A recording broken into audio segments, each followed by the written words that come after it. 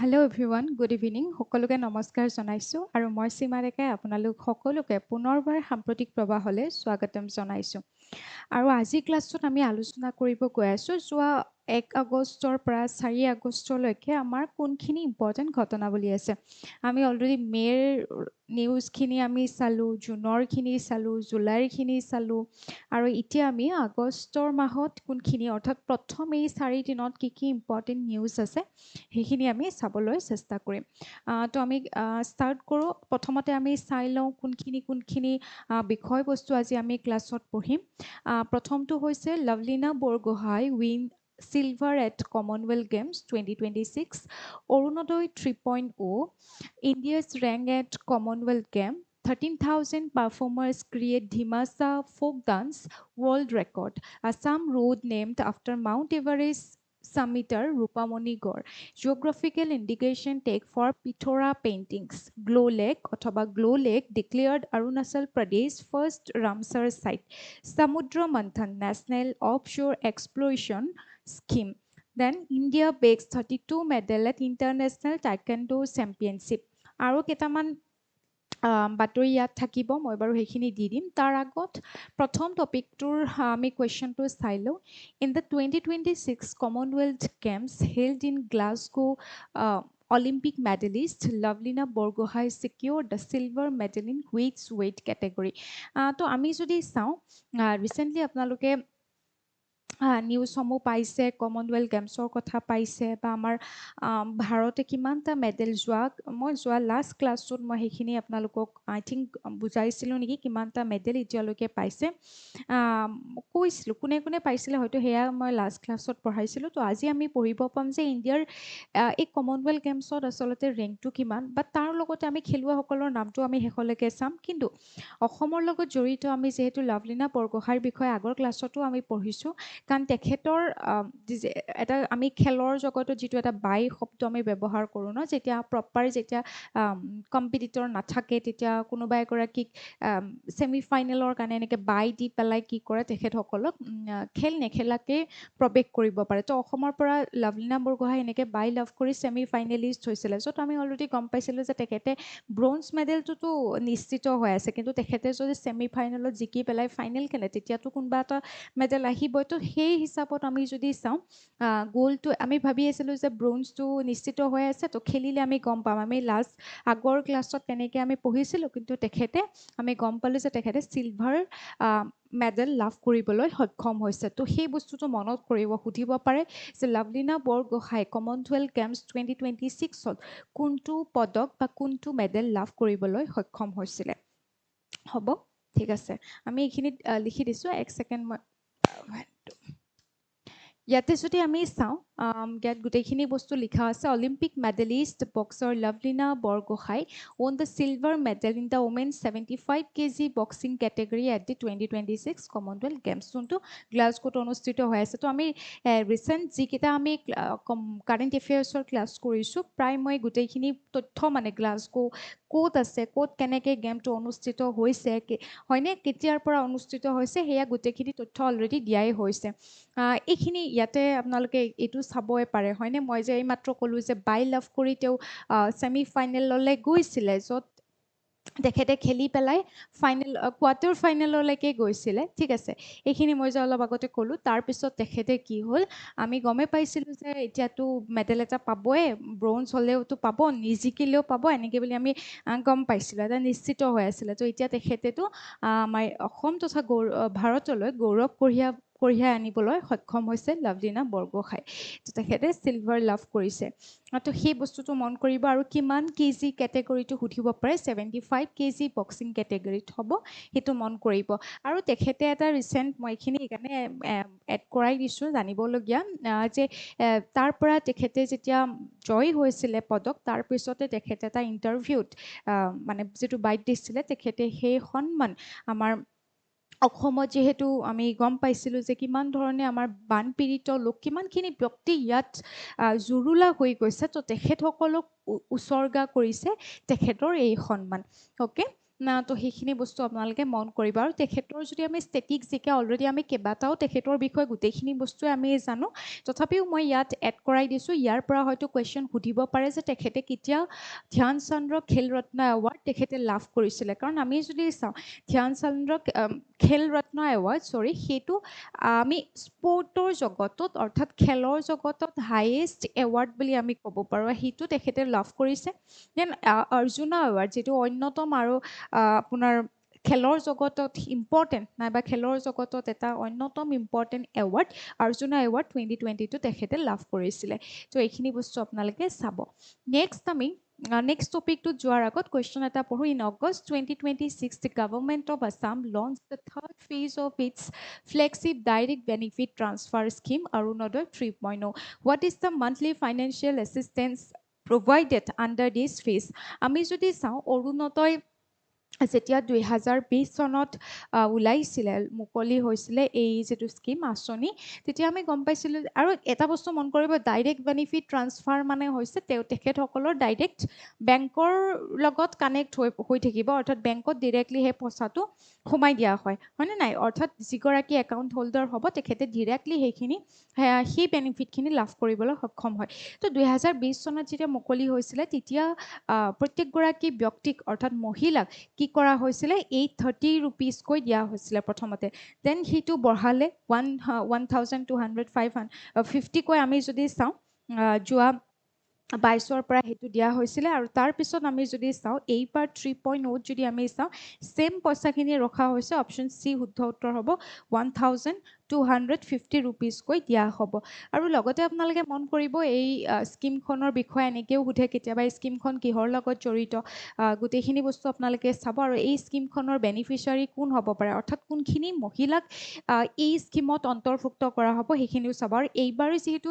3.0 অৰুণোদয় যিহেতু আৰু ঘোষণা কৰিলে তো এইবাৰ অলমষ্ট এপ্ৰক্সিমেটলি যদি আমি চাওঁ 38 to 39 লাখ ফেমিলিক অন্তৰ্ভুক্ত কৰা হৈছে য'ত তাৰ যিখিনি মহিলা আমি উইডোৱে চাওঁ বা ছেপাৰেট উমেনো চাওঁ বা বৃদ্ধই চাওঁ তেখেতসকলক মান্থলি এই এছিষ্টেণ্টটো ফাইনেন্সিয়েল এছিষ্টেণ্টটো তেখেতসকলক প্ৰভাইড কৰা হ'ব কিন্তু এইবাৰ অকণমান এটা ব্যতিক্ৰম আমি কি দেখা পাওঁ এটা এককালীন সাহায্য দিয়া হৈছে আপোনালোকে যদি চাই এককালীন সাহায্য মানে যিটো আমাৰ যিহেতু অসমৰ একদম এই মেইনলি 4খন ডিষ্ট্ৰিক্ট খুব মানে বানত এই 4খন ডিষ্ট্ৰিক্ট বহুত বেছি পৰিমাণে মানে এইবাৰ কি হৈছে আপোনাৰ এফেক্টেড হৈছে এই যেটো শিৱসাগৰ চৰাইদেউ হয়নে নাই এই যোৰহাট এই যোনখিনি অঞ্চল এই 4খন ডিষ্ট্ৰিক্ট বহুত বেছি ধৰণে এইবাৰ কি হৈছে এফেক্টেড হৈছে বিশেষকৈ শিৱসাগৰ চৰাইদেউলৈকে যদি আপোনালোকে চাই গতিকে তেখেতসকলৰ কাৰণে এইবাৰ এটা এককালীন বাকি এফেক্টেড এৰিয়া ডিষ্ট্ৰিক্টৰ কাৰণেও থাকিব আৰু কিন্তু এই 4খন ডিষ্ট্ৰিক্টৰ কাৰণে 2500 এটা এককালীন সাহায্য এই অৰুণোদয়ৰ যোগেৰে দিয়া হ'ব আৰু বাকিখিনিক 1100 কৈ দিয়া হ'ব এখন ফটোত চাই পেলাই গমে পাইছে 37 লাখ প্লাছ বেনিফিচিয়াৰী হ'ব এইবাৰ এই স্কিমৰ আণ্ডাৰত দেন 470 crore মান্থলি এইখিনি ভগোৱা হ'ব পইচা যে এইবাৰ এইখন যদি স্কিম চাই then introduce the localize flood relief যিখিনি মই অলপ আগতে ক'লোৱে যিখিনি একদম ছেভাৰলি এফেক্টেড হৈছে শিৱসাগৰ চৰাইদেউ গোলাঘাট যোৰহাট এই অঞ্চলখিনিক কি কৰা হ'ব 2500 কৈ ইয়াৰে মহিলা বেনিফিচিয়াৰীসকলে এককালীন সাহায্য এটা লাভ কৰিব বাকী যিখিনি এফেক্টেড বেনিফিচিয়াৰী থাকিব অন্য ডিষ্ট্ৰিক্টত তেওঁলোকক এইবাৰ 1100 টকাকৈ এটা মান সাহায্য তেওঁলোকে এককালীন সাহায্য এটা লাভ কৰিব তো এইখিনি কেতিয়াবা হয়তো সুধিব পাৰে এইখিনি একদম ভালকৈ এই প্ৰপাৰকৈ অন্য এক্সামত যিবোৰ এক্সামত আপোনালোকে দেখে যে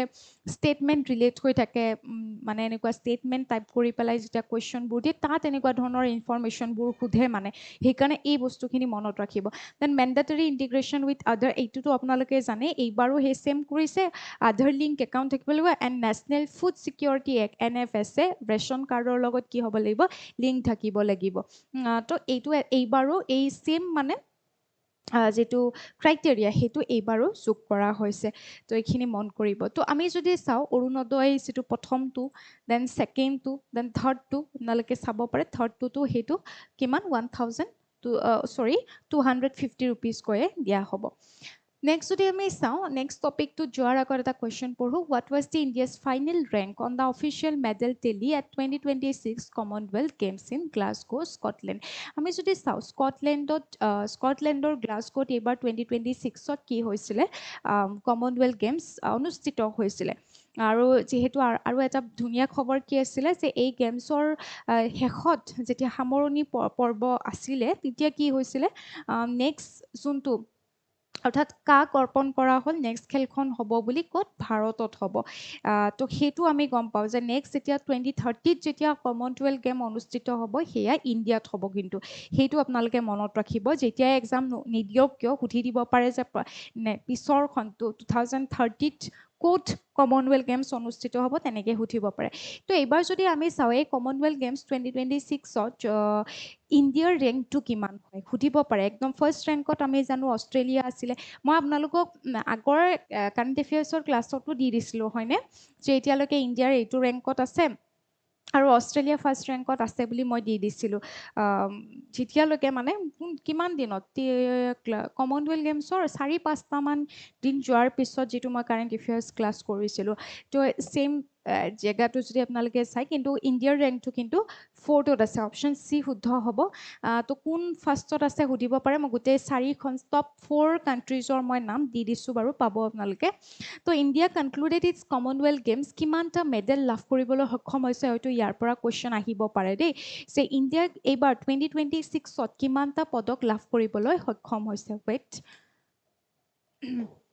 তো এইবাৰ কিমানটা 39টা মেডেল পাবলৈ সক্ষম হৈছে তাৰে 13টা গ'ল্ড 17টা চিলভাৰ 9টা ব্ৰঞ্জ তো এইখিনি আপোনালোকে মনত কৰিব তাৰপিছত আপোনালোকে যদি চাই ইণ্ডিয়াই মানে চবতকৈ বেছিকৈ মেডেল যদি আপোনালোকে চাই পাইছে 10 মেডেলছ ক'ত boxing medal tele with 10 medals ক'ত পাইছে চাব কিমান পাইছে 7টা গ'ল্ড যিটো কোৱা হৈছে the highest by any nation in Commonwealth game boxing history যদি চাই তো এই ইনফৰমেশ্যনটো ইম্পৰ্টেণ্ট হয় ইয়াৰ পৰা কুৱেশ্যন দিব পাৰে যে কমনৱেলথ গেমছত ইণ্ডিয়াই চবচে কোনটো খেলত বেছিকৈ পদক লাভ কৰিবলৈ সক্ষম হৈছিলে তো এইটো এটা আমাৰ কাৰণে ইম্পৰ্টেণ্ট পইণ্ট হয় য'ত 7টাকৈ গ'ল্ড এই আমি যদি চাওঁ 13টা গ'ল্ডৰ অনলি বক্সিঙতে আপোনালোকে যদি চাই 7টা গ'ল্ড পাইছিলে 3টা চিলভাৰ পাইছে তো হাইয়েষ্ট মানে টেলি আৰু হাইয়েষ্ট আমি যদি চাওঁ মেডেল পোৱা মানে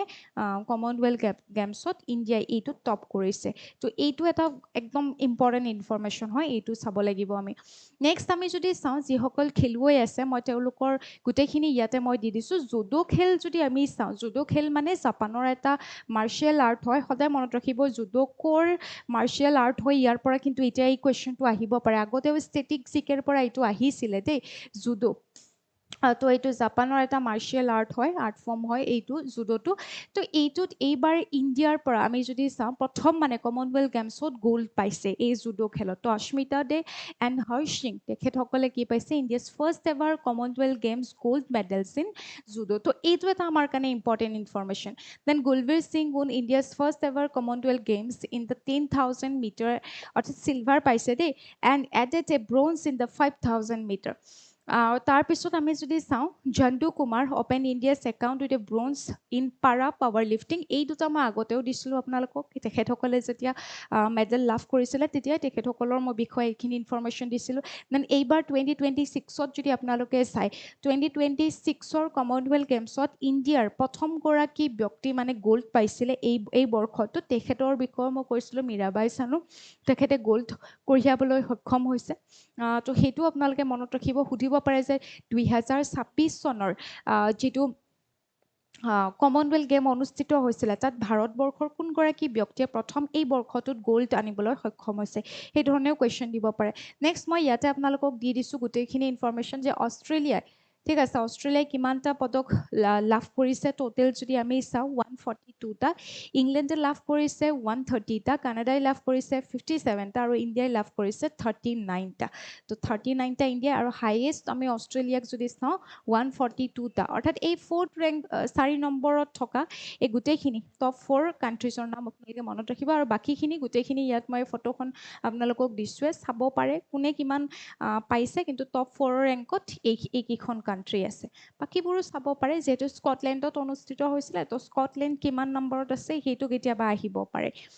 তো সেইটো আপোনালোকে চাব পাৰিব নেক্সট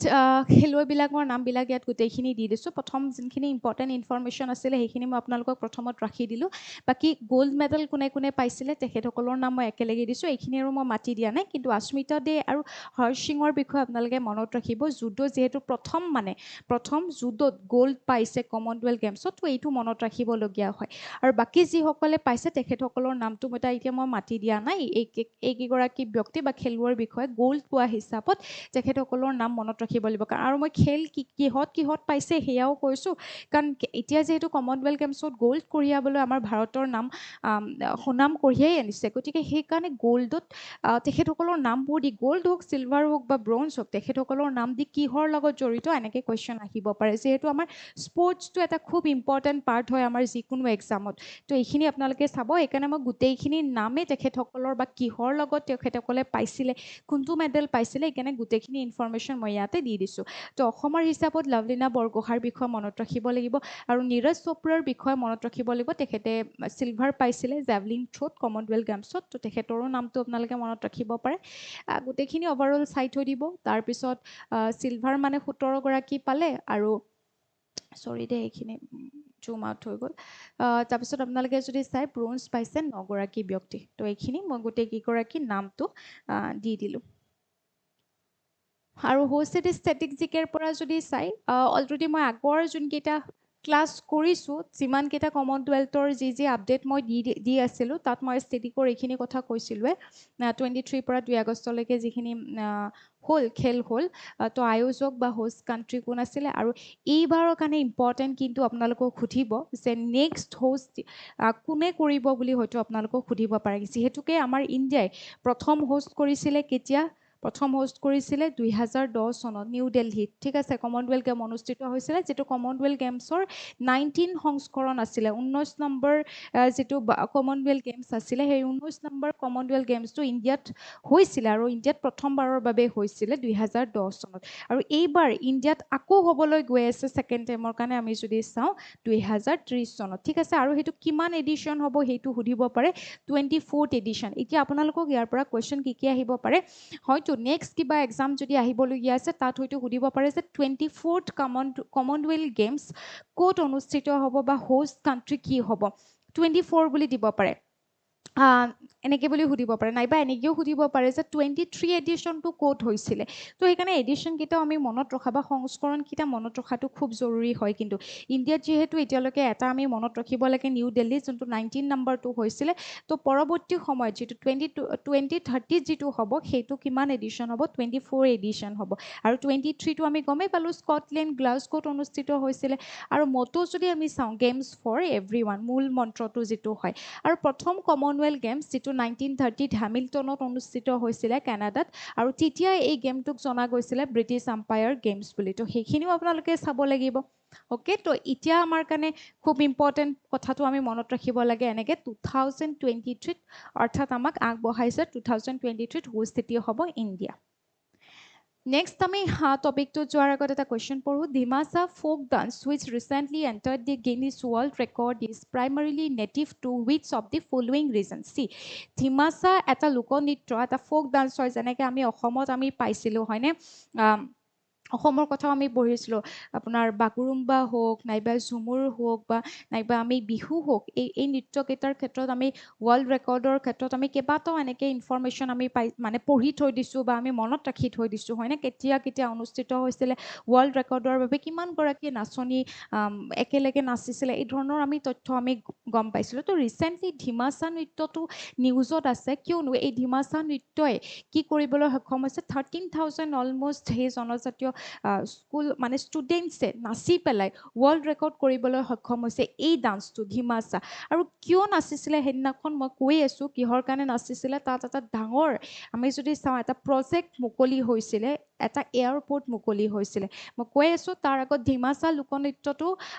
আমি কোনটো অঞ্চলৰ এটা থলুৱা নৃত্য হয় সুধিব পাৰে সেইটো হ'ব অপশ্যন ডি আৰাকু ভেলী ঠিক আছে আৰাকু ভেলীৰ এটা থলুৱা কি হয় ডান্স হয় এতিয়া চাওক ইয়াতে মই লিখি দিছোঁ 13,000 tribal school girls performing the Dhimasa dance entered the Guinness World Record at Alluri Sitarama Raju International Airport. এতিয়া আপোনালোকক এইটো এটা অন্য এটা ইনফৰমেশ্যন হয়, ইয়াৰ পৰা মই এক্সট্ৰা কৰি আৰু এইটো নিউজ নিদিলোঁ। এই যিটো Alluri Sitarama Raju international airport, recently এই এয়াৰপৰ্টটো PM নৰেন্দ্ৰ মোদীৰ দ্বাৰা ইনগুৰেট কৰা হ'ল। ঠিক আছে, 1 আগষ্ট 2026 চনত আল্লুৰি সীতাৰামা ৰাজু ডেটটো একজেক্টলি মই পাহৰি গ'লোঁ কোনটো ডেটত, 1 নে 3 কৰিলে আল্লুৰি সীতাৰামা ৰাজু ইণ্টাৰনেশ্যনেল এয়াৰপৰ্ট এইটো মুকলি কৰিছে। কিন্তু সেই মুকলি কৰিব যেতিয়া গৈছিলে তেখেতে, অৰ্থাৎ যেতিয়া অন্ধ্ৰপ্ৰদেশলৈ ইমান বৃহৎ পৰিমাণৰ প্ৰকল্প এটাৰ মুকলি কৰিবলৈ যেতিয়া গৈছিলে, তেতিয়া তেখেতক আদৰি পেলাই তেখেতক আদৰাও হৈছিলে, লগতে তাত এই নৃত্যটো প্ৰদৰ্শন কৰি পেলাই তেখেতসকলৰ যি পৰম্পৰাগত থলুৱা যিখিনি মানে শৈলী, ইয়াক বিশ্বৰ বুকুত প্ৰতিষ্ঠা কৰিবৰ কাৰণে কি কৰা হৈছিলে, একেজোৰে এনেকৈ 13,000 নাচনীয়ে ইয়াক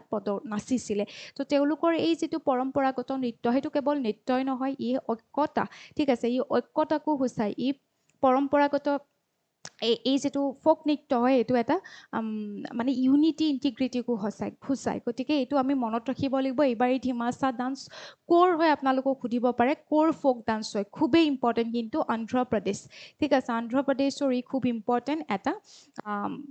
ডান্স হয়, ঠিক আছে, ফ'ক ডান্স হয়। আৰু ইয়াৰ লগতে এইটো সুধিব পাৰে, এইটো এটা ইনফৰমেশ্যন যে আল্লুৰি সীতাৰামা ৰাজু ইণ্টাৰনেশ্যনেল এয়াৰপৰ্ট ক'ত অৱস্থিত, সেইটো ক'ত অৱস্থিত, তাৰে অন্ধ্ৰপ্ৰদেশৰে ভোগাপুৰম অঞ্চলৰ কি হয়, ই এটা নতুনকৈ ইনগুৰেট হোৱা এটা ইণ্টাৰনেশ্যনেল এয়াৰপৰ্ট হয়। গতিকে আল্লুৰি সীতাৰামা ৰাজু তেখেত আমি পঢ়িম, তেখেত এটা মুভমেণ্টৰ লগত জড়িত এগৰাকী ব্যক্তি আছিলে, জনজাতীয় বিদ্ৰোহৰ লগত জড়িত এগৰাকী মূল ব্যক্তি আছিলে। তেখেতকৰ বিষয়ে মই তলত নেক্সট পেজত মই দি দিছোঁ। তো এই যে মই ক'লোঁ কিয় এইটো মানে অনুষ্ঠিত কৰা হৈছিলে, যেতিয়া প্ৰাইম মিনিষ্টাৰ নৰেন্দ্ৰ মোদীয়ে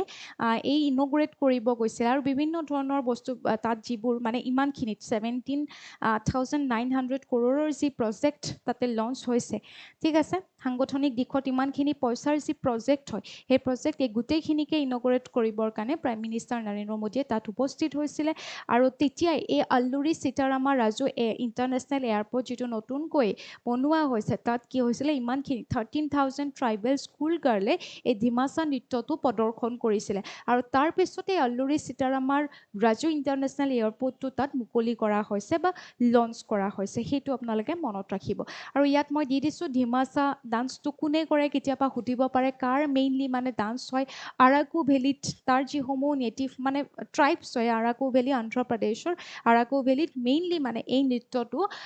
তেখেতসকলৰ পৰম্পৰাগত জনজাতীয় লোকনৃত্য হয়। আৰু মই যিহেতু এইমাত্ৰ ক'লোৱে আল্লুৰি সীতাৰামা যিগৰাকী ব্যক্তি আছিলে, তেখেত এগৰাকী ফ্ৰীডম ফাইটাৰ আছিলে, যোনে ৰাম্পা ৰেভিলিয়ন, আপোনালোকে হয়তো ৰাম্পা ৰেভিলিয়নৰ বিষয়ে শুনিছে। ৰাম্পা ৰেভিলিয়ন হৈছে যেতিয়া আপোনাৰ মাদ্ৰাজ ফৰেষ্ট এক্ট যেতিয়া আহিছিলে, তো সেই মাদ্ৰাজ ফৰেষ্ট এক্ট 1882ত, মই যদি ভুল কৰা নাই ডেটটো, 1882ত আহিছিলে। আৰু সেই ব্ৰিটিছে অনা এখন আইন আছিলে, যিখনৰ জৰিয়তে তাত থকা যিখিনি জনজাতীয় লোক আছিলে, তেখেতসকলৰ যি খেতিৰ যিটো তেওঁলোকৰ অধিকাৰ বা হাবি বন ফৰেষ্টত যিটো তেওঁলোকৰ অধিকাৰ আছিলে, সেইসমূহ কাঢ়ি লোৱা হৈছিলে। গতিকে তাৰ মানে এৱাৰনেছ হিচাপত, অৰ্থাৎ সেইটোৰ এগেইনষ্টতে এই জনজাতিসকলক একগোট কৰি পেলাই ব্ৰিটিছৰ সেই হেৰিয়াৰ বিৰুদ্ধে মাত মাতিছিলে। ঠিক আছে, তেনেকুৱা এটা ৰেবেলিয়ন আছিলে, ৰাম্পা ৰেবেলিয়ন আছিলে। তো ব্ৰিটিছ ৰুলৰ বিষয়েও বিৰুদ্ধেও তেওঁলোকে কি কৰিছিলে, মুভমেণ্ট কৰিছিলে। তো সেইটো বস্তু আপোনালোকে মনত ৰাখিব। আল্লুৰি সীতাৰামা ৰাজু ক'ৰ ব্যক্তি হয়, কিহৰ লগত জড়িত, এনেকুৱা ধৰণে কুৱেশ্যন আহিব পাৰে, যিহেতু এয়াৰপৰ্টটো তেখেতৰ নামতে নামাকৰণ কৰা হৈছে। নেক্সটটো টপিকৰ কুৱেশ্যনটো চাই ল'ম। What is the main objective of the newly approve সমুদ্ৰ মন্থন স্কিম? তো সমুদ্ৰ মন্থন বুলি কোৱাৰ লগে লগে অলপমান বেলেগ ধৰণৰ কথাবিলাক আমাৰ মাইণ্ডত আহে, হয়নে, ৰিলিজিয়াছ, অকণমান ধৰ্মীয়, এনেকুৱা ধৰণৰ কথাবিলাক আমাৰ মাইণ্ডত আহে। তো সমুদ্ৰ মন্থন এটা ইনিচিয়েটিভ ৰিচেণ্টলি লঞ্চ কৰা হৈছে, সাগৰৰ লগতে জড়িত। আমি যদি চাওঁ, ইয়াৰ মই যেতিয়া কৈ দিম তেতিয়া আপোনালোকে পটককৈ এনচাৰটো কৰিব পাৰিব মই এইকেইদিন মানে হোমৱৰ্ক দিয়া নাই আপোনালোকক কাৰণ আপোনালোকে এনচাৰবোৰ ভালকৈ নকৰে সেইকাৰণে মই হোমৱৰ্কটো দিয়াই নাই কিছুমানে কেইগৰাকীমান ষ্টুডেণ্টে কৰে কিন্তু বাকীবোৰে একদম হোমৱৰ্কবিলাক দিলেও নকৰে তো সেইকাৰণে মই দিয়া নাছিলোঁ আজি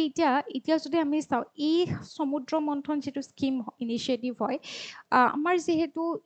আমি চাব গ'লে এপ্ৰক্সিমেটলি 80 to 85% আমি যদি চাওঁ ক্ৰুড অইল হওক এইবোৰ আমি নেচাৰেল যিবোৰ ৰিচোৰ্চেছ সেইখিনি আমি বাহিৰৰ পৰা আমি কি কৰোঁ আমদানি কৰোঁ তো আমদানিৰ ক্ষেত্ৰত আমি নিৰ্ভৰশীল হ'ব লগা হয় এতিয়া যিহেতু আমাৰ ভাৰতৰ স্থলভাগত আমি যদি চাওঁ আমাৰ এই ক্ৰুড অইল হওক বা আমাৰ বিভিন্ন ধৰণৰ প্ৰাকৃতিক সম্পদ বা আমাৰ যিবোৰ মিনাৰেলছ সেইবোৰ ইমান বেছি নাই হয়নে নাই তো সেইকাৰণে 80 to 85% আমি বাহিৰৰ পৰা আনিব লাগে তো সেই বস্তুটোক আমি যদি সাগৰবিলাকত আমাৰ যিখিনি এৰাবিয়ান চি নাইবা ইণ্ডিয়ান অ'চেনছলৈকে আমাৰ ভাৰতৰ অধিকাৰ আছে সেইখিনিলৈকে যদি আমি কি কৰিব পাৰোঁ কাৰণ সাগৰৰ একদম গভীৰত কিছুমান তেল ক্ৰুড অইল নাইবা আমি কিছুমান নেচাৰেল গেছ নাইবা একদম ক্ৰুচিয়েল কিছুমান ক্ৰিটিকেল মিনাৰেলছ আমি পাওঁ তো সেইসমূহ ক'ত পোৱা যায় তাৰ কাৰণে এটা ছাৰ্ভে কৰি পেলাই যাতে এটা জৰীপ কৰি পেলাই সেইসমূহক মেপিং কৰিব পাৰি যে ইয়ালৈকে পোৱা যায় এইখিনিলৈকে পোৱা যায় তো সেইসমূহ আমি ভাৰততে যাতে আমি বিভিন্ন ধৰণে আমি নিজৰ কাৰণে সেইখিনি ইমান বেছি যাতে নিৰ্ভৰশীল হ'ব নালাগে বেলেগৰ ওপৰত তো সেইকাৰণে এই ৰিচেণ্টলি এইটো এটা মানে ইনিচিয়েটিভ আনিছে তো ইয়াতে অপশ্যন আমাৰ কি কোনটো হ'ব নিচিনা লাগিছে অপশ্যন চিটো হ'ব নিচিনা লাগিছে নাই যে mapping deep water energy and C bed mineral resources so' option C হ'ব সুধিব পাৰে সমুদ্ৰ মন্থন কি হয় কি ইনিচিয়েটিভ হয় কিহৰ লগত জড়িত যিহেতু আজিকালি প্ৰায় এক্সামত স্কিম ৰিলেটেড কুৱেশ্যন আপোনালোকক সুধিবই যিকোনো পৰীক্ষা নিদিয়ক কিয় স্কিম সোধে তো সেইকাৰণে আপোনালোকে মানে ইনিচিয়েটিভ এনেকুৱা ধৰণৰ ইনিচিয়েটিভবিলাক সোধে তো ইয়াতে আপোনালোকে চাবই পাৰে মই যোনখিনি ক'লোঁ অলৰেডি খালি পইচাটো ইয়াত দিয়া হৈছে পইচাটো বাৰু বাকী পৰীক্ষাবিলাকত ইমান নুসুধে কিমানখিনি আপণ্টন কৰা হৈছে ইমানখিনি নুসুধে তথাপিতো মনত ৰাখিলে বাৰু ভালে খালি আপোনালোকে মনত কৰিব এই ইনিচিয়েটিভৰ মেইন এইমছ কি হয় অবজেক্টিভ কি হয় মই ইয়াত লিখিয়ে দিছোঁ to map and survey deep water and ultra deep water oil natural gas sea bed critical minerals resources যিবোৰৰ জৰিয়তে আমি বেটাৰী হওক মোবাইল হওক কিছুমান তেনেকুৱাবোৰ ৰিচোৰ্চৰ দ্বাৰাও আমি বনাব পাৰোঁ ৰাইট তো সেইসমূহ যাতে আমি নেক্সট 2026ৰ এই মানে প্লেনটো যোনটো লোৱা হৈছে এই 5 বছৰৰ মানে 2026-27ৰ পৰা 2030-31লৈকে যাতে এইখিনি সময়ত আমি ইণ্ডিয়াৰ যিটো ইম্পৰ্ট ডিপেণ্ডেঞ্চি ক্ৰুড এনাৰ্জিৰ ক্ষেত্ৰত ক্ৰুড অইলৰ ক্ষেত্ৰত যিটো আমি বাহিৰৰ আগত আমদানিৰ ওপৰত যাতে আমি বাহিৰৰ দেশত আমি নিৰ্ভৰশীল হ'ব নালাগে আমদানিৰ ক্ষেত্ৰত সেইটোৰ কাৰণে এই নেক্সট 5 বছৰত যাতে আমি এইখিনি আমি কমাব পাৰোঁ যাতে আমি সাগৰৰ গভীৰ তলত গৈ পেলাই আমি যাতে এই যোনখিনি সম্ভাৱ্য মানে পোৱা যাব বুলি ভাবা হৈছে সেইখিনি আমি ছাৰ্ভে কৰি পেলাই মেপিং কৰিব পাৰোঁ তো এইটো এটা সমুদ্ৰ মন্থনৰ ইনিচিয়েটিভটোৰ দ্বাৰা এইটো মানে কথা ঘোষণা কৰিছে তো সেইখিনি আপোনালোকে মন কৰিব তো UNCLOS মেৰিটাইম জ'ন চিয়ে মানে কি চাই থাকে যে দেশবিলাকৰ সাগৰৰ সম্পদত মানে কোনখিনিৰ পৰা কোনখিনিলৈকে সিমান নিৰ্ধাৰণ কৰে মানে কাৰ মানে ইণ্ডিয়াৰ কিমানখিনি পাৱাৰ আছে অধিকাৰ আছে ক'লৈকে কোনখিনিৰ পৰা কোনখিনিলৈকে সেইটো তো ইয়াতে গোটেইখিনি বস্তু মই আপোনালোকক দিয়ে দিছোঁ এণ্ড নডেল মিনিষ্ট্ৰিজ যদি আমি চাওঁ ministry of petroleum and natural gas along side the ministry of art science অৰ্থাৎ এই যিটো ইনিচিয়েটিভ লোৱা হৈছে তাৰে নডেল মিনিষ্ট্ৰি এতিয়া আমি অকণমান ওৱান লাইনাৰ নেশ্যনেল প্লাছ ষ্টেটৰ ওৱান লাইনাৰ কিছুমান অকণমান ব্ৰিফলি আমি পঢ়িম তো ৰিচেণ্টলি আপোনালোকে নিউজত পাইছে যে ৰূপামণি গড়ৰ নামত কি কৰা হ'ব এটা ৰোড মানে কি তেখেতসকলৰ সেই ডিষ্ট্ৰিক্টত অৰ্থাৎ হোম টাউন তেখেতসকলৰ সেই হোম ডিষ্ট্ৰিক্টতে তেখেতৰ ঘৰত যোৱা এটা 1 কিলোমিটাৰৰ ৰাস্তা মানে তেখেতৰ ঘৰলৈকে যোৱা এটা 1 কিলোমিটাৰৰ ৰাস্তা তেখেতৰ নামত নামাকৰণ কৰা হ'ব বুলি কোৱা হৈছে ৰিচেণ্টলি সেই ঘোষণাটো কৰিছে এতিয়া আমাক হয়তো সেই বস্তুটো নুসুধে হয়তো সুধিব পাৰে ৰূপামণি গড় কোন হয় তেনেকৈ ধৰণৰ কুৱেশ্যন সুধিব পাৰে মই যিহেতু 2026 বৰ্ষৰ এই মে' মাহৰ 21 তাৰিখত যিটো হৈছিলে আমি নিউজ পাইছিলোঁ তেতিয়া মই কাৰেণ্ট এফেয়াৰ্ছৰ ক্লাছত মই এইটো তেখেতৰ বিষয়ে পঢ়াইছিলোঁ যে আমাৰ যিটো ইণ্ডো টিবেটিয়ান বৰ্ডাৰ পুলিচ যিটো ফ'ৰ্চ আছে সশস্ত্ৰ সীমা বল এই যিটো ফ'ৰ্চ আছে ইয়াৰে এটা দল কি হৈছিলে মাউণ্ট এভাৰেষ্টত মানে মাউণ্ট এভাৰেষ্ট আৰোহণৰ কাৰণে গৈছিলে আৰু সেই দলটোৰ এগৰাকী এক্টিভ এগৰাকী পাৰ্চন আছিলে, এগৰাকী ব্যক্তি আছিলে ৰূপামণি গড়, আৰু তেখেতে মানে এই ITBP অৰ্থাৎ ইণ্ডো টিবেটিয়ান বৰ্ডাৰ পুলিচৰ এগৰাকী এক্টিভ মানে পাৰ্চন হয় তাৰ। গতিকে তেখেতে কি কৰিছিলে,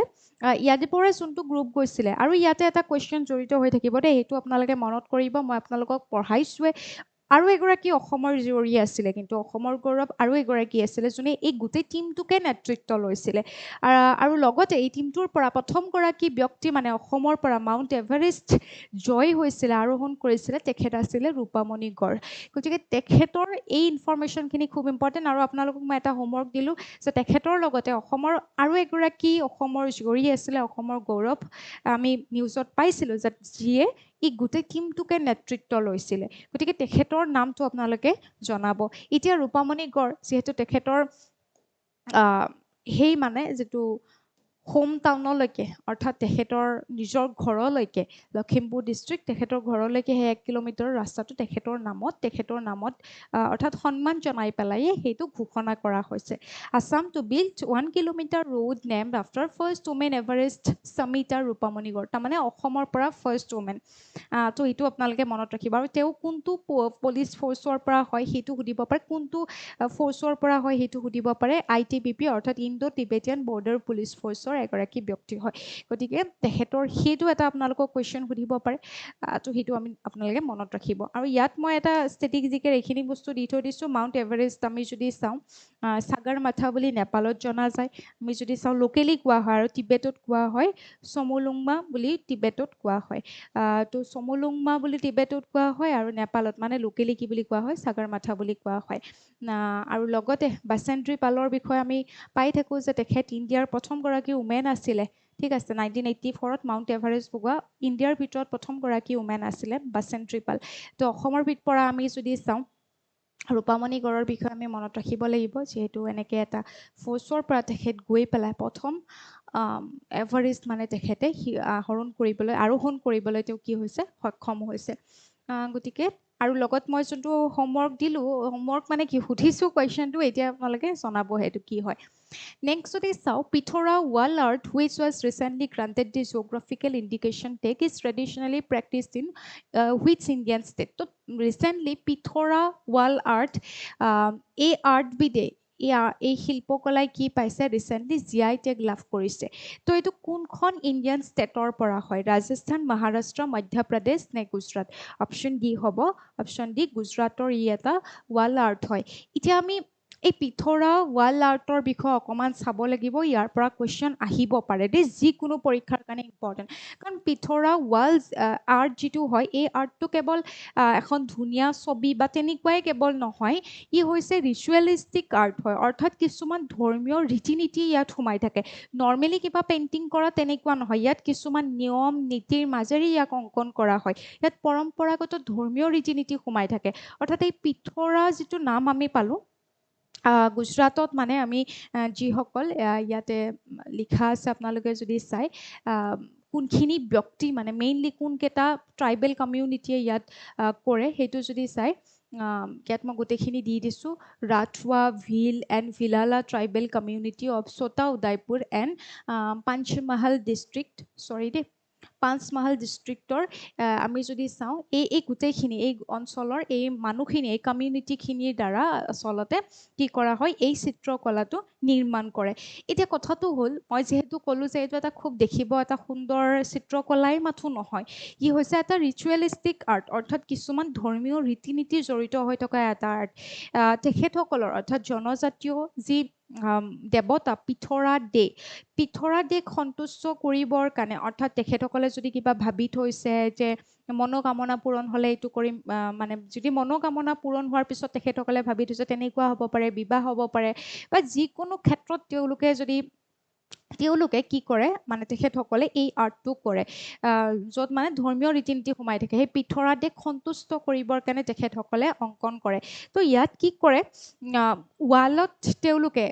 গোবৰ মাটি এইবোৰ মিক্স কৰি পেলাই তেওঁলোকে এই বিশেষ ছবিখিনি আঁকে। তাত কোনো ধৰণৰ এনেকুৱা কেমিকেল কালাৰ চালাৰ এইবোৰ ব্যৱহাৰ কৰা নহয়, তাত একদম সম্পূৰ্ণ প্ৰাকৃতিক ৰং, কিছুমান ফুল, গছ, পাত এনেকুৱাবিলাকৰ কালাৰবোৰ তাত তেখেতসকলে কি কৰে,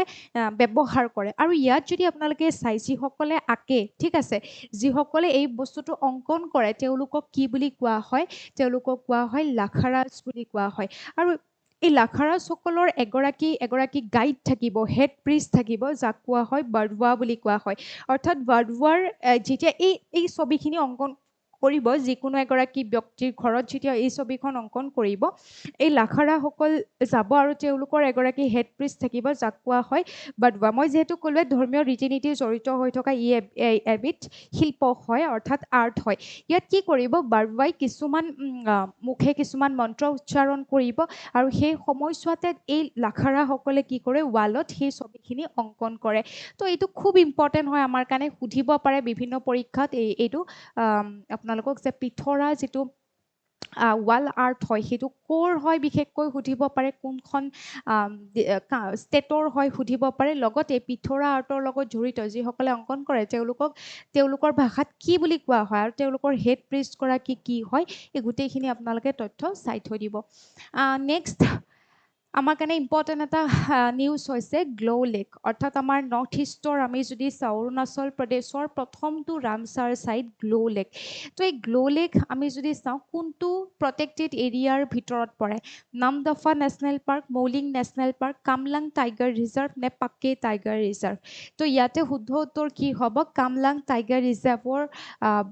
ৰিজাৰ্ভ এণ্ড ৱাইল্ড লাইফ চেংচুৰীৰ ভিতৰত মানে ই অৱস্থিত যিটো গ্ল' লেক আৰু এই গ্ল' লেকে ৰিচেণ্টলি কি লাভ কৰিছে ৰামচাৰ ছাইট হিচাপত ইয়াক অন্তৰ্ভুক্ত কৰা হৈছে আমি যদি চাওঁ অৰুণাচল প্ৰদেশৰ এইটো প্ৰথমটো ৰামচাৰ ছাইট হয় ঠিক আছে অৰুণাচলৰ প্ৰথমটো ৰামচাৰ ছাইট গ্ল' লেক তো গ্ল' লেক আমাৰ কাৰণে ইম্পৰ্টেণ্ট এইটো সুধিব পাৰে যে এইটো ক'ত অৱস্থিত খুব ইম্পৰ্টেণ্ট তো এতিয়া আমাৰ ৰামচাৰ ছাইট কিমান হ'ল 100টা ৰামচাৰ ছাইট হ'ল ইণ্ডিয়াত সেই ৰিচেণ্টলি আমি 100টালৈকে পঢ়িলোঁ নহয় তো অৰুণাচলৰ এই গ্ল' লেকক অন্তৰ্ভুক্ত কৰাৰ লগে লগে ইণ্ডিয়াৰ ৰামচাৰ ছাইটৰ সংখ্যা হ'লগৈ কিমান 100টা তো সেনেকৈও সুধিব পাৰে 101 নম্বৰ ৰামচাৰ ছাইটটো কোনটো হয় সেইটো সুধিব পাৰে তো তেনেকৈও আপোনালোকে মনত ৰাখিব আৰু এইটো ক'ত অৱস্থিত সেইটো মনত ৰাখিব মই ইয়াত হ'লেও ষ্টেটিক জিকে পৰা সেই ৰামচাৰ ছাইটৰ কিছুমান বস্তু গোটেইখিনি দিয়া নহ'ল ন অকল মই এইটোৱে দিছোঁ ৰামচাৰ কনভেনশ্যন যিটো চাইন হৈছিলে ইৰাণৰ ৰামচাৰত হৈছিলে আমাৰ যিবোৰ ৱেটলেণ্ড আছে ইম্পৰ্টেণ্ট পৃথিৱীৰ যিসমূহ জলাশয় কাৰণ আমি জলাশয়বিলাকক কি বুলি কওঁ কিডনী বুলি কওঁ নে পৃথিৱীৰ কিডনী বুলি কওঁ বৃক্ক বুলি কওঁ যিয়ে আমাৰ ৱাটাৰ বহুত চক কৰি ৰাখিব পাৰে ফ্ৰেছ কৰি ৰাখিব পাৰে গোটেই ইক'চিষ্টেমটো সুস্থ কৰি ৰখাত মানে এটা ডাঙৰ ৰোল আছে ৱেটলেণ্ডবিলাক তো তেনেকুৱা ইম্পৰ্টেণ্ট ৱেটলেণ্ডবিলাকক সংৰক্ষণ কৰা হ'ব ৰামচাৰত এটা কনভেনশ্যন হৈছিলে আৰু সেইকাৰণে তেতিয়া আমি যদি চাওঁ সেই কনভেনশ্যনত কি হৈছিলে যে ৰামচাৰ ছাইট হিচাপত ঘোষণা কৰা হ'ব অৰ্থাৎ সংৰক্ষণ কৰা হ'ব কেতিয়া 1971 আৰু তেতিয়াৰ পৰাই কি হৈছে 1975ৰ পৰা কাৰ্যকৰী হৈ পেলাই নতুন যিবোৰ মানে ষ্টেট হওক বা যিবোৰ অঞ্চলৰ তেনেকুৱা ইম্পৰ্টেণ্ট ৱেটলেণ্ডবিলাক হয় সেইসমূহক ঘোষণা কৰি এতিয়া আমি যদি ইণ্ডিয়াত চাওঁ ইণ্ডিয়াত 101টা আছে অসমত ক'লে আমি অনলি এটা পাওঁ দীপৰ বিল তেনেকৈ অৰুণাচলত এটা গৈছে গ্ল' লেক যিটোক ঘোষণা কৰা হ'ল 101 ৰামচাৰ ছাইট হিচাপত আৰু লগতে আমি যদি চাওঁ ইয়াত আৰু কিছুমান ইনফৰমেশ্যন দি দিয়া হৈছে যে এই গ্ল' লেকটো ক'ত অৱস্থিত লোহিত ডিষ্ট্ৰিক্টৰ এটা ওখ ঠিক আছে 1168 মিটাৰ ঠিক আছে ওখ হয় ই অৱস্থিত মানে সাগৰৰ হেৰিয়েৰ পৰা উচ্চতাত মানে অৱস্থিত আৰু যিটো পানীৰ নৰ্মেল যিটো হেৰিয়া হয় আৰু লগতে ক'ত অৱস্থিত সেইটো মই ইয়াত লিখি দিছোঁ কোনটো টাইগাৰ ৰিজাৰ্ভ এৰিয়াৰ মাজতেই অৱস্থিত নেক্সট এইখিনি চাই থৈ দিলে হ'ব নেক্সট টপিকত যোৱাৰ আগত কুৱেশ্যনটো চাওঁ মিছন ক্লাউডেড লিঅ'পাৰ্ড তো মিছন ক্লাউডেড লিঅ'পাৰ্ড তলৰ কোনখন নৰ্থ ইষ্টৰ ষ্টেটত ৰিচেণ্টলি ঘোষণা কৰা হৈছে কাৰণ আমি যদি চাওঁ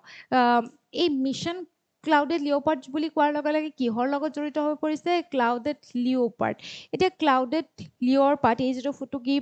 বাঘ হয় এই ক্লাউডেড লিঅ'পাৰ্ডটো এখন ষ্টেট এনিমেল হয় কিন্তু তো এখন ষ্টেটৰ ষ্টেট এনিমেল হয় তো এইটো কোনটো হ'ব নিচিনা লাগিছে শুদ্ধ উত্তৰ কোনটো হ'ব নিচিনা লাগিছে মেঘালয়া হয়তো এইটো শুনিলে আপোনালোকে মিছন ক্লাউডেড লিঅ'পাৰ্ড যিহেতু এই ক্লাউডেড লিঅ'পাৰ্ডৰ সংখ্যাটো এতিয়া কমি গৈছে তো মেঘালয়ৰ চিফ মিনিষ্টাৰে এইটো ঘোষণা কৰিছে যে এতিয়া কি কৰিব লাগিব যি অঞ্চলত ইয়াত যি বনাঞ্চলত মানে এই জন্তুবিধ আছে তেওঁলোক এটা কেমেৰা ট্ৰেপ লগোৱা হ'ব তেওঁলোকৰ অৱস্থিতি ধৰা পেলোৱা হ'ব ক'ত কেনেকৈ আছে আৰু সেইসমূহ জীৱ জন্তু যাতে চোৰাং চিকাৰীৰ পৰা বচাব পাৰি সংৰক্ষণ কৰিব পাৰি সুৰক্ষিত কৰি ৰাখিব পাৰি তাৰ কাৰণে এই ক্লাউডেড লিঅ'পাৰ্ড যিটো মিছন হয় এইটোক ঘোষণা কৰিছে লঞ্চ কৰিছে ইয়াত লিখি দিছোঁ Meghalaya chief minister Conrad K Sangma launch mission clouded leopard on international clouded leopard day যিদিনাখন আন্তঃৰাষ্ট্ৰীয় ক্লাউডেড লিঅ'পাৰ্ড ডে হয় 4 আগষ্টত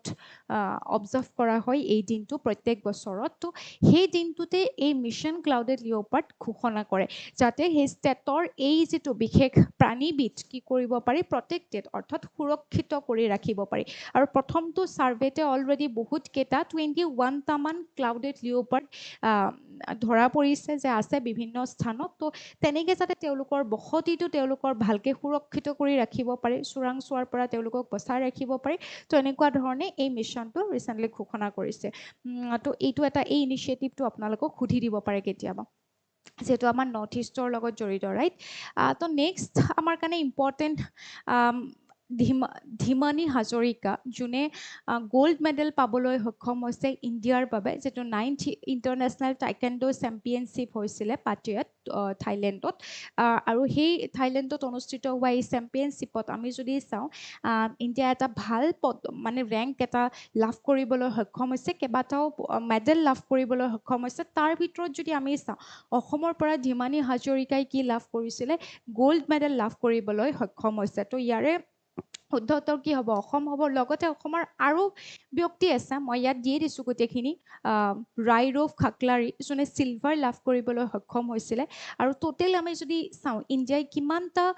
মেডেল লাভ কৰিবলৈ সক্ষম হৈছিলে 32টা মেডেল লাভ কৰিবলৈ সক্ষম হৈছে তাৰ ভিতৰত 7টা গ'ল্ড 13টা চিলভাৰ আৰু 12টা ব্ৰঞ্জ আৰু সেই 7টা গ'ল্ডৰ আমি যদি চাওঁ অসমৰ পৰা এগৰাকীয়ে পালে যাৰ নামটো হৈছে ধীমানী হাজৰিকা আৰু তেখেতে লাভ কৰিছে গ'ল্ড আৰু লগতে আমি 13টা চিলভাৰ পালোঁ নহয় ইণ্ডিয়াই 13টা চিলভাৰ পাইছে তাৰে এটা চিলভাৰ আমি যদি চাওঁ ৰাইৰভ খাকলাৰী তেখেতে অসমৰ পৰা তেখেত হয় আৰু তেখেতে লাভ কৰিবলৈ সক্ষম হৈছে তো ইণ্ডিয়াই কিমানগৰাকী মেম্বাৰৰ জৰিয়তে আমি যদি চাওঁ ইয়াতে 38গৰাকী ভাৰতীয় দলটোত আমি চাব গ'লে তাত 33গৰাকী এথলিট আছিলে আৰু 5গৰাকী প্ৰশিক্ষক আছিলে আৰু তাৰ ভিতৰত আমি অসম ৰিলেট কৰি পেলাই এইখিনি কিন্তু বস্তু ইনফৰমেশ্যন আমি মনত ৰাখিব লাগিব সুধি দিব পাৰে আৰু টাইকেণ্ডৰ বিষয়ে যদি আপোনালোকে চাই অৰিজিন যদি আমি চাওঁ ক'ত হৈছিলে চাউথ কোৰিয়াত আৰু তাৰপিছত অলিম্পিকত এই স্থান অৰ্থাৎ অলিম্পিকত মেডেল স্পৰ্ট হিচাপত কেতিয়াৰ পৰা ইয়াক লোৱা হৈছিলে 2000 চনত যেতিয়া ছিডনীত অনুষ্ঠিত হৈছিলে অলিম্পিক যেতিয়া ছিডনীত হৈছিলে 2000 চনত তেতিয়া ইয়াক লোৱা হৈছিলে আৰু লগতে এইটোৰ গ্ল'বেল গভৰ্ণিং বডি কি হয় ৱৰ্ল্ড টাইকেণ্ডো হয় আৰু ইয়াৰ হেডকোৱাৰ্টাৰ হৈছে চিউল ঠিক আছে এই বস্তুখিনি আপোনালোকে মনত ৰাখি থৈ দিব এই ইনফৰমেশ্যন কিন্তু ইণ্ডিয়াই কিমানটা মেডেল লগতে ধীমানী হাজৰিকা কিহৰ লগত জড়িত ৰাইৰভ খাকলাৰী কিহৰ লগত জড়িত সেইটো সুধিব পাৰে আৰু ক'ত অনুষ্ঠিত হ'ল তো মই অলপ আগতে ক'লোঁ then world breast feeding week is observe globally during which period তো বিশ্ব স্তন্যপান সপ্তাহ কোনটো সপ্তাহত পালন কৰা হয় কোনটো সময়ছোৱাত আমাৰ শুদ্ধ উত্তৰ কি হ'ব ইয়াতে আগষ্ট 1 to আগষ্ট 7 এইটো ৱৰ্ল্ড ব্ৰেষ্ট ফিডিং উইক হিচাপত ব্যৱহাৰ কৰা হৈছে সেইটো আমি যদি বাচ্চাৰ ছমাহলৈকে বাচ্চাক মানে দুগ্ধৰ বাহিৰে একো খুৱাব নালাগে তো এই বস্তুটো এই সচেতনতাটো দি পেলাই আৰু শিশুৰ যাতে স্বাস্থ্যৰ যতন ল'ব পাৰি মাতৃৰ স্বাস্থ্যৰ যতন শিশুৰ স্বাস্থ্যৰ যতন এই গোটেইটোৰ কাৰণে সচেতনতা আনিবৰ কাৰণে প্ৰত্যেক বছৰ 1 আগষ্টৰ পৰা মানে 7 আগষ্টলৈকে কি কৰা হয় ব্ৰেষ্ট ফিডিং সপ্তাহ হিচাপত পালন কৰা হয় তো August 1 to August 7 annually then এইবাৰৰ থিমটো আছিলে breast feeding for a sustainable star in life strength and what works then coordinated globally by কিহে কৰে WABA হু and UNICEF to scale up proven health care policies workplace right and community support system আৰু লগতে প্ৰথম observe কৰা হৈছিলে ইয়াক কেতিয়া 1992ত initiated by the World Alliance for Breast Feeding Action অৰ্থাৎ WABA যেটো মই অলপ আগতে ক'লোঁ প্ৰত্যেকবাৰে মানে এওঁলোকৰ যেতিয়া হেৰিয়াত বিশ্বজুৰি মানে পালন কৰা হয় আৰু ৰুটেড ইন ইনোচেণ্টি ডিক্লাৰেশ্যন যিটো 1990ত চাইন হৈছিলে হুৰ দ্বাৰা আৰু ইউনিচেফৰ দ্বাৰা ইটালীত হৈছিলে তেতিয়াৰ পৰা আমি যদি চাওঁ এই দিৱসটো পালন কৰা হয় দিৱস মানে কি এই সপ্তাহটো তো এইখিনিয়ে আছিলে আজিৰ নিউজ বহুত বেছি নাই যোনখিনি দিছোঁ সেইখিনি কিন্তু ইম্পৰ্টেণ্ট বিশেষকৈ খেলৰ লগত জড়িত আৰু লগতে আৰ্ট এণ্ড কালচাৰত মই যিটো তাত ডান্স আৰু আৰ্ট চিত্ৰকলা ইয়াৰ বিষয়ে যে দিছোঁ এইখিনি কিন্তু স্কিপ একেবাৰে নকৰিব আৰু লগতে গ্ল'লেক যিটো মই ক'লোঁ অৰুণাচলৰ সেইটোও স্কিপ কৰিব নোৱাৰে স্পৰ্টছৰখিনিতো স্কিপ কৰিব নোৱাৰে জানেই আপোনালোকে বিভিন্ন ধৰণৰ এক্সামত কুৱেশ্যন সোধে স্কিম ৰিলেটেড যি ক'লোঁ তাৰ অবজেক্টিভ কি হয় যি ইনিচিয়েটিভ যেনেকৈ সমুদ্ৰ মন্থনৰ কথা ক'লোঁ অৰুণোদয় 3.0 যিহেতু আহিলে তাৰ বিষয়েও সুধিব পাৰে তো এই গোটেইখিনি বস্তু কিন্তু মন কৰিব লাগিব তো এইখিনি আপোনালোকে চাব PDF টো এপতে পাই যাব আপোনালোকে আমাৰ মেজেষ্টিক একাডেমীৰ এপত কাৰেণ্ট এফেয়াৰ্ছত চাব আৰু কোনোবাই যদি নতুনকৈ জইন হৈছে তেতিয়াহ'লে আমাৰ মেজেষ্টিক একাডেমীৰ এই ইউটিউব চেনেলতে প্লে'লিষ্ট বনোৱা হোৱা আছে প্লে'লিষ্ট আছে অলৰেডি তো সেই প্লে'লিষ্টত গোটেইখিনি কাৰেণ্ট এফেয়াৰ্ছে ইতিমধ্যে আপলোড হৈয়ে আছে তো আপোনালোকে এটা এটাকৈ চাবলৈ নাপাহৰিব কাৰণ মই এইকাৰণে কওঁ কাৰণ পিছলৈকে যেতিয়া কাৰেণ্ট এফেয়াৰ্ছ পঢ়িব থাকিব বহুত বেছি প্ৰেছাৰ হৈ যাব বহুত বেছি যে কোনটো পঢ়িম কোনটো নপঢ়িম হৈ যাব তো সঠিক কাম আমাৰ কাৰণে এইটোৱে হ'ব যে আমি এনেকৈ উইকত দুদিন এটলিষ্ট আমি এই কাৰেণ্ট এফেয়াৰ্ছখিনি ক্লিয়াৰ কৰি যাব পাৰোঁ তো সেইধৰণে আপোনালোকে পঢ়ি থাকিব নিশ্চয়কৈ সফল হ'ব নিজৰ কাৰণে এই সময়খিনি উলিয়াব আৰু লগতে মই যদি কিবা হোমৱৰ্ক ক্লাছৰ মাজতে দিছোঁ সেইখিনি ক'বলৈ নাপাহৰিব ক্লাছটো কেনেকুৱা পাইছে ক'বলৈ নাপাহৰিব গতিকে এইখিনিয়ে আছিলে ক্লাছটো চোৱাৰ বাবে শেষত সকলোকে অশেষ ধন্যবাদ জনাইছোঁ পুনৰ এটি ক্লাছত লগ পাম তেতিয়ালৈকে পঢ়ি থাকিব আৰু ভালকৈ থাকিব বাই বাই